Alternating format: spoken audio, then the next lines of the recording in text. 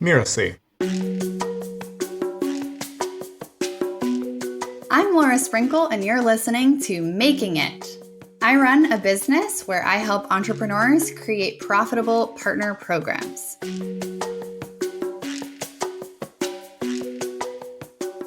On my email signature, it says partnerships first, fun always. So those are two of my company's values. And the fun is something that people notice all the time, right away, whether it's on my website or I'm doing a guest interview, or hopefully you've picked that up in this right now.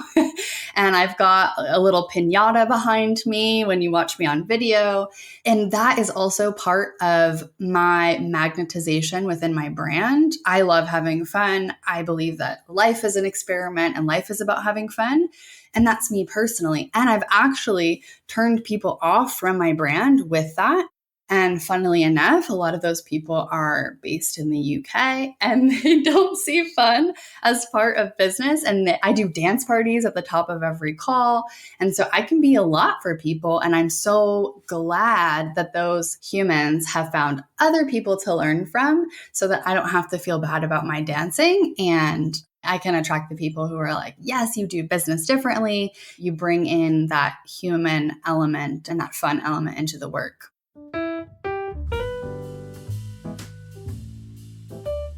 Making it, to me, really means being able to bring your whole self to the table. By the table, I mean your every single day of your life. So for me, having fun is not simply, I'm going to have a dance party at the beginning of every team meeting and every client call, not one-on-one client calls, but any groups teaching I do, I always have a dance party. It's also when I'm doing the dishes, being able to turn on music. It's knowing that I'm not a morning person, despite what all the million personal development books say about needing to get up at 4 a.m. And so being able to sleep in and not have any meetings till at least 10 a.m. Eastern time, making it, to me, is not something that you're cooked and done. It's really about being able to experiment and tweak and learn. And so making it, to me, is about that journey. It's about recognizing that we're in it for the long haul. And some days it's going to be really freaking hard. And some days it's going to be awesome, and being able to celebrate all the things in between. I had an internship in college for a corporation that is in the Department of Defense space. Not that that matters, but having to be at the office and sit in a cubicle from 9 a.m. to 5 p.m. And no matter if I wanted to go faster or slower, to be sort of limited by what the other people in the company were doing, that just never really felt right to me. And I've always wanted the freedom of entrepreneurship. So people have offered many times over for me to join somebody's company as an affiliate manager. And my favorite part about partnerships is continuing to expand and grow and meet new people and figure out how to piece together new brands and new ideas. So my favorite thing when it comes to partnerships is taking seemingly completely opposite brands or opposite topics and figuring out how they connect together and how they can collaborate. I was doing consulting and also management for 6- and 7-figure launches. And I had just wrapped up with a client managing their entire launch, so their entire webinar sequence. And they realized that they really wanted a full-time person, a full-time project manager on their team. So they hired for that role. I've never wanted to work for somebody full-time as an employee, so I declined. And then they came back and asked me to be their affiliate manager since I knew the launch inside and out. I didn't really know what that meant, but I said, sure, let me just give it a try. It'll be fun. And I really found my jam. So that was in 2017. And I fell in love with all things affiliates, all things partnerships, because I got to talk to people, I got to have fun, and I got to use the strategic side of my brain while just meeting so many incredible humans. I feel like my personality type is, if I'm not jumping into something new, I go like a little bit nuts. And so for me, it's often a blessing, sometimes a curse, that I love jumping into those things and always learning. And I'm willing to say, I kind of have no idea what I'm doing, but I think I can do an awesome job. So let's just go for it. So it's really in my blood, I would say, to step into something without knowing all of the path ahead.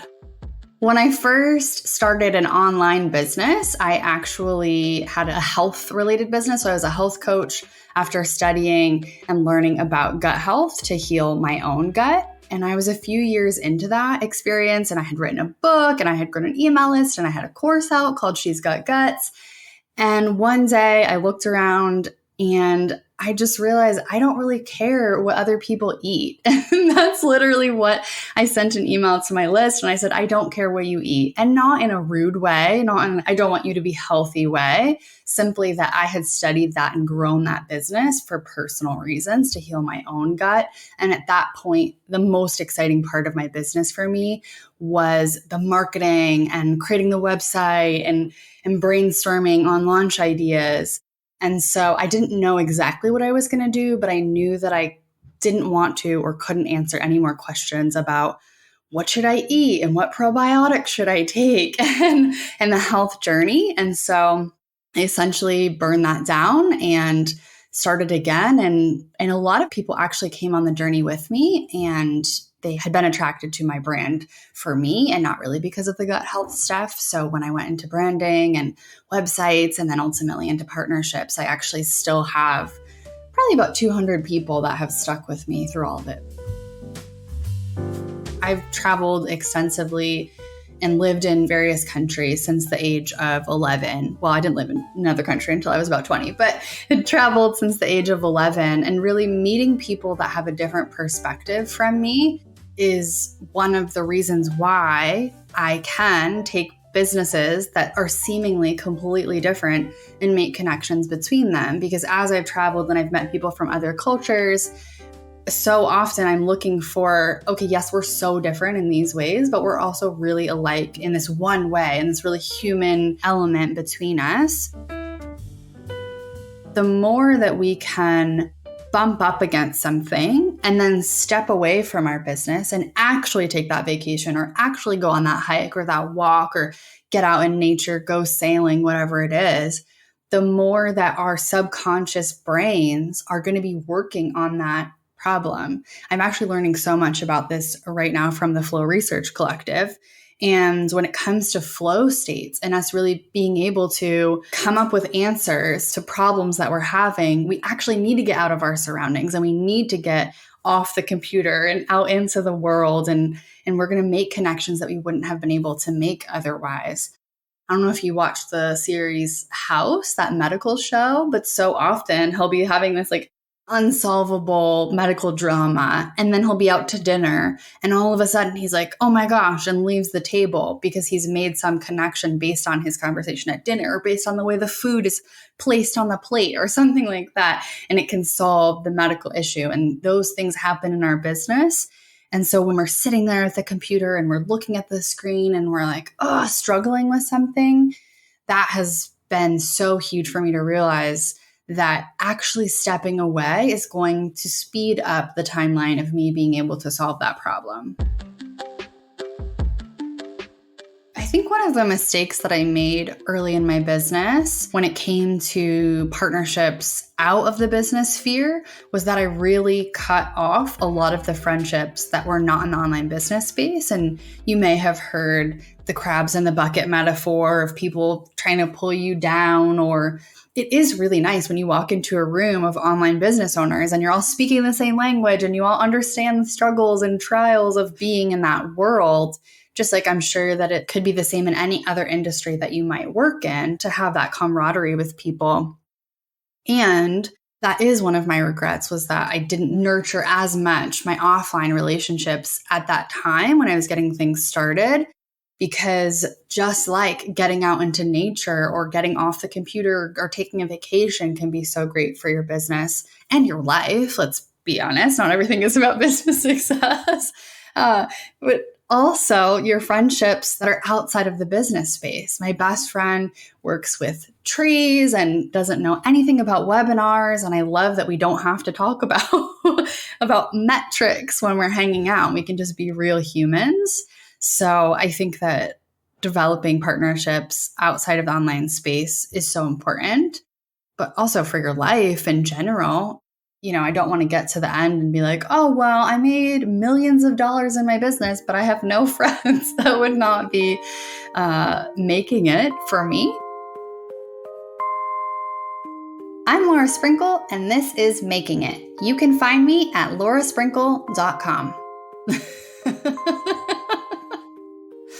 Okay. Making It is part of the Mirasee FM network, which also includes Course Lab and Just Between Coaches. This episode of Making It was assembled by Jeff Govertson. Cynthia Lamb produced the episode, and Danny Iny, that's me, is our executive producer. So you don't miss the great episodes that are coming up on Making It, go ahead and follow us on Apple Podcasts, Spotify, or wherever you're listening right now. And if you like the show, please leave us a starred review. It's the best way to help us get these ideas to more people. Thank you, and we'll see you next time.